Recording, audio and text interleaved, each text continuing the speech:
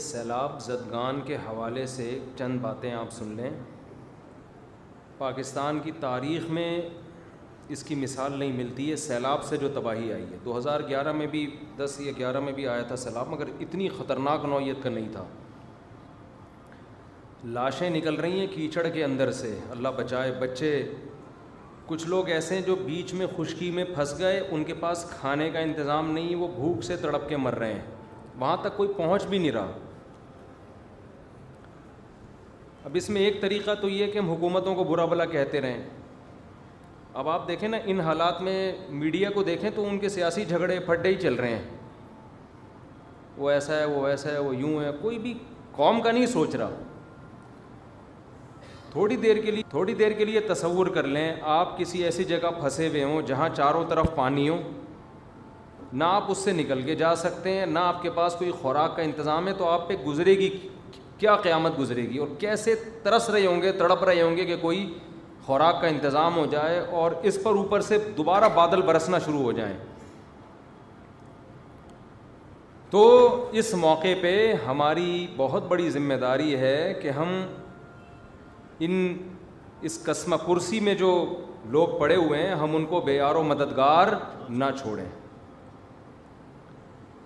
اچھا, اس میں ایک گڑبڑ یہ بھی ہے کہ جب بھی ملک میں اس طرح کے حالات آتے ہیں, بہت سے فراڈی لوگ ان حالات کو کیش کرا کے اپنی جیبیں بھرنا شروع کر دیتے ہیں, کیونکہ لوگوں کے دل میں ایک جذبہ ہوتا ہے نا تعاون کا. کسی نے بھی کہہ دیا میرے ماموں کا وہاں گھر ٹوٹ گیا, لے بھائی اتنے پیسے لے لے. کسی نے بھی کہہ دیا میرے خالہ کے ساتھ وہاں بیوہ خالہ تھیں, ان کا بیچاری کا گھر ٹوٹ گیا, لے بھائی اتنے پیسے. یہ کام آپ نے نہیں کرنا, کیونکہ بہت سے فراڈی لوگ کیش کرا رہے ہوتے ہیں اس قسم کے حادثات کو. آپ کہہ سکتے ہیں فراڈی ہوگا تو وہ جانے, اللہ جانے, ہم نے تو پیسے دے دیے نا. بھائی آپ کے پیسے دینے سے نقصان یہ ہوگا کہ جہاں لگنے چاہیے تھے وہاں نہیں لگتے. یا تو آپ کے پاس اتنا پیسہ ہوتا نا, آپ پھینکتے رہو بیٹھ کے کہ چلو فراڈی ہے تو بہت سے نیک لوگ کو بھی لگ جائے. آپ نے تو محدود پیسہ دینا ہے نا. تو ایسے موقع پہ سب سے بہتر طریقہ تو یہ ہے کہ جو ہمارے تاجر لوگ ہیں وہ خود اپنی گاڑیوں میں جائیں. میں 2010 میں یا 11 تھا, ہم لوگ کشتیوں میں گئے تھے اندر, کشتیوں میں, کیونکہ گاڑیوں کے راستے بند ہو گئے تھے. وہ کشتیاں ان جگہوں پہ چلی ہیں جہاں اصل میں خشکی تھی, لیکن اتنا پانی کھڑا ہو گیا تھا کہ ہم لانچوں کے ذریعے اندر گئے اور اندر گھر گھر جا کے ہم نے خوراک تقسیم کی تھی. تو اصل تو یہ ہے کہ خود سے جائیں. میرا بھی ارادہ ہے انشاءاللہ ان قریب سفر کرنے کا, بلوچستان یا سندھ کی طرف میں بھی جاؤں گا انشاءاللہ. جو ٹوٹا پھوٹا ہم سے تعاون ہو سکا ہم کریں گے انشاءاللہ. اور میرا ارادہ ہے پاک ایڈ ویلفیئر ٹرسٹ کی طرف سے جانے کا, کیونکہ جو ٹرسٹ ہوتے ہیں, جو ریلائبل ٹرسٹ ہوتے ہیں, ان کو اندر کے حالات پتہ ہوتے ہیں. اب ہم جائیں تو ہم تو اجنبی ہیں نا, تو ہمیں کیا پتہ کہ کہاں کیا ہو رہا ہے. تو خود سے میرا بھی ارادہ ہے انشاءاللہ جانے کا, لیکن آپ بھی کوشش کریں خود سے جائیں, اور ایسا نہیں کہ کنارے پہ بس خوراک بانٹ کے آڑ جائیں آپ لوگ. ہمیں بہت افسوس کے ساتھ کہنا پڑتا ہے کہ جب میں 2010 یا 11 تھا, مجھے صحیح وہ سال یاد نہیں ہے, میں گیا تھا سیلاب زدگان کی مدد کے لیے, تو میں نے بعض ٹرسٹوں کو دیکھا, بعض, سب کی بات نہیں کر رہا, خوب سمجھ لیں. بعض لوگ کیا کر رہے تھے, شہر میں نا لائن لگا کے خوراک بانٹ رہے ہیں, ویڈیو بنا رہے ہیں اور میڈیا پہ ڈال رہے ہیں, اور اندر بالکل بھی کام نہیں ہے جہاں لوگوں کو زیادہ ضرورت ہے. جو پانی میں اندر دور دراز گاؤں میں لوگ پھنسے ہوئے ہیں, ان تک کوئی بھی نہیں جا رہا تھا. کچھ تھے مخلص, کوئی بھی نہیں جا رہا کا مطلب ہی نہیں کوئی بھی نہیں, کچھ تو مخلص ہر جگہ ہوتے ہیں, لیکن بہت سے لوگ یہ کام کر رہے تھے. ہمیں افسوس اس پر ہو رہا تھا کہ یار جہاں چینل کی طرف سے کوریج ہو رہی ہے وہاں تو ایسی خوراکیں بانٹی جا رہی ہیں جہاں کوئی چینل والا جانے کے لیے تیار نہیں ہے. اب یہ سوشل میڈیا اس وقت زیادہ متحرک نہیں تھا, تو جو جہاں کوریج نہیں ہو رہی, اندر پانیوں میں جا کے چھوٹی چھوٹے جزیرے بنے ہوئے ہیں, خشکی ہے, وہاں تو کوئی بھی نہیں جا رہا. وہاں چونکہ کوئی کوریج دینے کے لیے تیار نہیں ہے تو وہاں خوراکیں تقسیم نہیں ہو رہی ہیں. تو یہ بھی کچھ تھوڑا سا, بعض ٹرسٹ ایسے ہیں جن پہ ٹرسٹ نہیں کیا جا سکتا. اچھے بھی ہیں برے بھی ہیں, دونوں طرح کے ٹرسٹ چل رہے ہیں. بعض لوگ تو ٹرسٹ بناتے ہیں بلیک منی کو وائٹ کرنے کے لیے, ایسے بھی ٹرسٹ ہوں گے. یقیناً ہے, ہمارے ملک میں سب کچھ ہوتا ہے تو یہ کیوں نہیں ہوتا. تو آپ کسی ریلائبل ٹرسٹ پہ ٹرسٹ کریں. آپ سمجھتے ہیں تو پاکٹ ویلفیئر ٹرسٹ تو چونکہ میرے شاگردوں کا ہے, میں ان کے ساتھ کئی دفعہ ٹریولنگ کر, میرا ٹرسٹ نہیں ہے پاکٹ ویل, لیکن میرے شاگردوں کا ہے, تو مجھے ان پہ اعتماد ہے، لیکن آپ کو جس پہ بھی اعتماد ہو، اس میں خدیجۃ الکبریٰ ٹرسٹ بھی ہے، بہت اچھا کام کر رہا ہے. اسی طرح ڈیفینس میں حضرت مفتی عبدالستار صاحب کا ٹرسٹ ہے، اس کا نام کیا ہے، بیت السلام، وہ بھی بہت اچھا کام کر رہے ہیں، ریلائبل لوگ ہیں. اور بھی ہیں، ان کے علاوہ بھی ہیں، بڑے بڑے ٹرسٹ ہیں، جس پہ بھی آپ کو اعتماد ہو آپ ان کے ذریعے تعاون کر سکتے ہیں. بہتر تو یہ کہ آپ خود جائیں. دوسرے درجے میں آپ کسی ایسے ٹرسٹ پہ ٹرسٹ کریں جو قابل ٹرسٹ ہو. سمجھتے ہیں کہ نہیں سمجھتے؟ اور ان کے ساتھ تعاون کریں. وہاں خوراکیں اور ان کی جو مدد ہے وہ ہماری ذمہ داری بنتی ہے، ان تک پہنچائیں آپ. تو ایسے موقع پہ ان کو بے یار و مددگار چھوڑ دینا یہ بہت بری حرکت ہے. نبی صلی اللہ علیہ وسلم نے فرمایا وہ شخص مومن نہیں ہے جو پیٹ بھر کے کھائے اور اس کا پڑوسی بھوکا سوئے. تو یہ ہمارے پڑوسی ہی ہیں، ملک کے لوگ ہیں ہمارے. ملک کے نہ بھی ہوتے تو بھی انسانی ہمدردی سے تعاون فرض بنتا ہے ہمارا. تو جو یہ تو اپنے ملک کے لوگ ہیں، ان میں سب سے پہلی ہماری ذمہ داری ہے. اور الحمدللہ ہمارے ملک کا ریکارڈ ہے دنیا میں، خیراتی اداروں میں ہم تعاون میں پیچھے نہیں ہیں. جو اگر آپ دنیا میں سروے کریں گے نا تو آپ کو پتہ چلے گا یہ قوم بڑی زرخیز ہے، لیکن اس کو الو بنانے والے لوگ بہت زیادہ ہیں. قوم بہت پیسہ نکالتی ہے الحمدللہ، لیکن یہ پیسہ صحیح جگہوں پہ خرچ عام طور پر نہیں ہوتا. غلط لوگ عام طور پہ پیسہ کیش کرا لیتے ہیں. تو آپ تاجروں کی میں سمجھتا ہوں ذمہ داری خود سے جائیں بھائی، خود جائیں، خود اپنے ہاتھ سے غریب کو نوالا کھلائیں. اس میں بڑا مزہ آتا ہے. حضرت عمر نے نہیں کیا تھا کہ بھوکے تھے بچے، کیسا پیارا واقعہ. حضرت عمر وہ راشن کی بوری ڈال کے ان کے گھر گئے تو ان کے خادم نے کہا امیر المومنین اب آپ یہاں سے چلیں بس. انہوں نے کہا نہیں، میں نے ان کو جیسے بھوک سے بلکتا ہوا دیکھا ہے نا، تو اب میں ان کو کھاتا ہوا بھی دیکھنا چاہتا ہوں. تو ان لوگوں کو جا کے ہمیں اتنا اچھا لگتا تھا. ہم جب 2010-11 میں گئے تو ہم نے جب ان کو خوراکیں دی، وہ ایسے غریب لوگ، ایسے بیچارے سادہ چاول اور چنے تھے اس میں، وہیں ہم نے دیگیں بنوا کے وہیں بانٹتے تھے جا کے. وہ اتنا خوش ہو رہے تھے. اس میں ہندو بھی تھے اور عیسائی بھی تھے، مسلمان بھی تھے، سب کو کھلایا الحمدللہ وہاں پہ. قرآن مجید میں اللہ تعالیٰ کا حکم ہے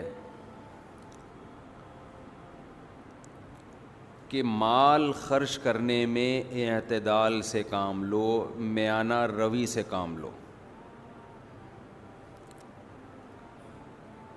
وَلَا تَبْسُطْهَا كُلَّ الْبَسْطِ وَلَا تَجْعَلْ يَدَكَ مَغْلُولَةً إِلَىٰ عُنُقِكَ وَلَا تَبْسُطْهَا كُلَّ الْبَسْطِ. پیسہ بھی ایک قوت ہے نا، آپ کے پاس ایک طاقت ہے. طاقت کا مطلب کیا ہے؟ وہ صلاحیتیں، وہ قوتیں جن کی بیس پہ آپ وہ کچھ کر سکتے ہو کہ جس کے پاس یہ وسائل نہ ہوں وہ نہیں کر سکے. آپ کے پاس پیسہ ہے، آپ پیسے سے وہ کچھ کر سکتے ہو جو غریب آدمی بول لیں نہیں کر سکتا. آپ کے پاس علم ہے تو ایک جاننے والا وہ کچھ کر سکتا ہے جو نہ جاننے والا بولیں نہیں کر سکتا. پھر آپ کے پاس ایک خاص علم ہے. خاص علم سے وہ روحانی علم نہیں ہے، وہ تو بکواس ہے، کچھ بھی نہیں ہے. وہ جو تعویذ گنڈوں کا یہ علم ہے ہی نہیں. تو یہ خوب سمجھ لیں، نئے نئے لوگ بھی آ جاتے ہیں، یہ جو روحانی علم ہے نا یہ ہے ہی نہیں. کتنے عملیات اور شیخ الوظائف اور وظیفوں کا علم A to Z ہی غلط ہے.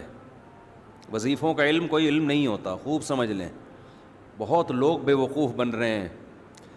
جیسے 4 شادیوں کے موضوع پر میں اکیلا چلا تھا نا، اب بہت سے لوگ قائل ہو گئے کہ نہیں ہو گئے. تو یہ وظیفوں کا بھی سرے سے کوئی علم ہے ہی نہیں، خوب سمجھ لیں. یہ ٹوٹلی الو بنانے کا کام ہے. اس میں بھی لوگ مجھے کہتے ہیں کہ فضول باتیں کر رہا ہے، بالکل نہ سر نہ پیر. اتنے بڑے بڑے علماء اور شیخ الوظائف ہیں. علماء اور شیخ الوظائف یہ 2 چیزیں جمع بولو نہیں ہو سکتی. جس کے پاس دین کا علم ہے اس کے پاس ان کو فالتو کاموں کی فرصت ہی نہیں ہوتی. تعویذ دے دینا ایک الگ چیز ہے، وہ تو ہم بھی دے دیتے ہیں. دم کر دینا رقیہ کے طور پہ ایک الگ چیز ہے, وہ تو صحابہ نے بھی کیا, ہم بھی کرتے ہیں, بزرگان نے, کوئی بھی مسجد کے امام سے کروا لو. یہ علم جو ہے نا, علم آتا ہے, آتا واتا کیا ہے آپ کو, کیا ہے یہ, اس کا کوئی سلیبس, کوئی نصاب, کوئی مدرسہ, یہ سینہ بسینہ چل رہا ہے. کہتے ہیں سینہ بسینہ, سینہ بسینہ کا مطلب کچھ بھی نہیں ہے, کبھی کوئی ٹریس ہی نہیں ہو سکتا. جس کے سینے سے لیا ہے اس کے پاس کیا دلیل ہے کہ اس کے پاس آیا ہے. یہ روحانی جو فضول لوگ ہیں نا, روحانی علاج جو کرتے ہیں, ان سے پوچھو تم نے یہ علم کہاں سے حاصل کیا. جو علوم ہیں, اچھا علم بھی نہیں کہتے, اس کو کہتے ہیں علوم. کہتے ہیں ہمارے پاس کیا ہیں, علوم. کیونکہ علم کہتے ہیں نا تو وہ پکڑائی میں آتا کون سا علم ہے, تو علوم کہہ دیے, اتنے سارے ہیں, اب کیا پتہ چلے گا کون سے ہیں بھائی, بہت سارے ہیں بھائی, ہم نہیں بتا سکتے, بہت سارے علوم ہیں. آپ مجھے دیکھ لو, میں ان کے خلاف اتنا چیختا ہوں, میرا کیوں کچھ نہیں بگاڑتے, یہ بگاڑ ہی نہیں سکتے, ان کے پاس علوم ہی نہیں ہے. میں کسی ڈاکٹر کے خلاف اتنا چیخوں, میرا بگاڑے گا کہ نہیں بگاڑے گا, وہ ٹیکا لگا کے چلا جائے گا, میں مر جاؤں گا, غلط دوا کھلا دے گا, مر جاؤں گا. سیاستدان کے خلاف بولوں صبح شام, بگاڑے گا کہ نہیں بگاڑے گا. کیا ہو گیا, میں ایک دم جذباتی ہونا شروع ہو جاتا ہوں یہ ٹاپک جب آتا ہے, اس لیے کہ اس میں علم کے نام پہ, بزرگی کے نام پہ جو الو بنایا جا رہا ہے نا, کسی فیلڈ میں اتنا الو. خلافتیں مل رہی ہیں بزرگوں سے ان روحانی علاج والوں کو, اتنے بڑے بڑے ہمارے اکابر ہیں, بزرگ ہیں جن کو ہم بھی مانتے ہیں, وہ خلافت دے رہے ہیں ان کو. ارے کیا سوچ کے تو آپ خلافت دے رہے ہیں, کیا ہے اس کے پاس, یہ شیخ الوظائف ہیں یہ. جب بڑے علماء کو ان لوگوں نے بیوقوف بنایا ہوا ہے, تو آپ اور میں کس کھیت کی مولی ہیں. میں ان بڑے علماء سے بدگمان نہیں ہوتا, یہ خوب سمجھ لیں. لوگ کہتے ہیں اتنے بڑے حضرت جی سے خلافت ملی ہے, یہ کیسے غلط ہو سکتے ہیں. تو میں ان بزرگ سے بدگمان نہیں ہوتا, کہتا ہوں یار, میں کہتا ہوں یہ اتنا ہوشیار ہے کہ اس نے اتنے بڑے بزرگ کو بھی الو بنا دیا ہے. ہوتے ہیں بزرگ بھی بیوقوف بن سکتے ہیں, یہ کوئی ایسا نہیں ہے کہ کوئی بزرگ ہو اس کو آپ, انسان ہے نا, وہ نہیں آ رہی سمجھ میں, ایسی ٹھیک ہے جو وہ پرانا اسٹائل ہی ٹھیک. ارے بزرگ انسان نے ہوتا ہے کہ نہیں ہوتا, اس کو بیوقوف بنانا, ہر انسان کو بیوقوف بنانا ممکن ہوتا ہے, وہ کوئی لوہے کا بنا ہوا نہیں ہوتا. کچھ لوگوں کو مشکل ہوگا, کچھ کو آسان ہوگا, لیکن یہ نہیں ہے کہ کوئی انسان ایسا بن جائے کہ اب وہ اس کو کوئی کبھی بیوقوف کا لفظ ذرا نامناسب ہے, یوں سمجھے دھوکہ دینا. یہ بیوقوف کا لفظ ہٹاتے ہیں ہم, کہ کسی بھی بزرگ کو دھوکہ دینا یہ ممکن ہے. لوگوں نے پیغمبروں کو دھوکے دیے ہیں. ہمارے نبی صلی اللہ علیہ وسلم کے پاس منافقین آئے تھے نا, اسلام ظاہر کر کے کہ ہمارا قبیلہ مسلمان ہوا ہے, کچھ لوگوں کو بھیج دیں علماء کو, ہم ان کو تبلیغ کریں گے.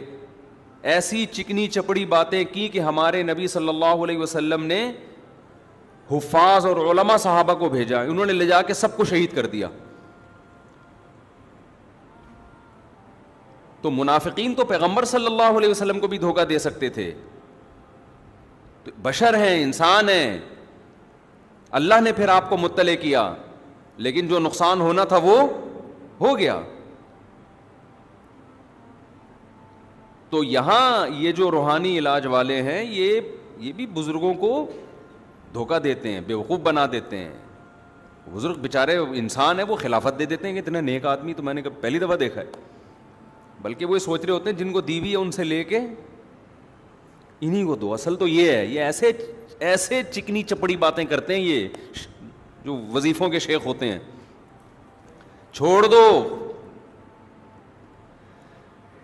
نہیں چھوڑیں گے, مجھے پتہ ہے نہیں چھوڑیں گے. ہم تو مدرسوں میں سمجھا کے تھک گئے, ہمارے اپنے شاگرد جاتے ہیں روحانی عاملوں کے پاس, خلافتیں لے کے آ رہے ہیں, ایسے چکنی چپڑی باتیں کرتے ہیں یہ.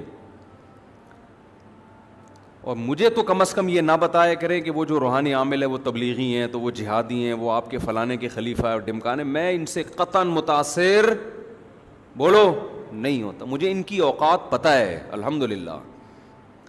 جس کا دنیا میں کوئی کاروبار نہ چل رہا ہو وہ تعویذ گنڈوں کا بزنس کرتا ہے, خوب سمجھ لو.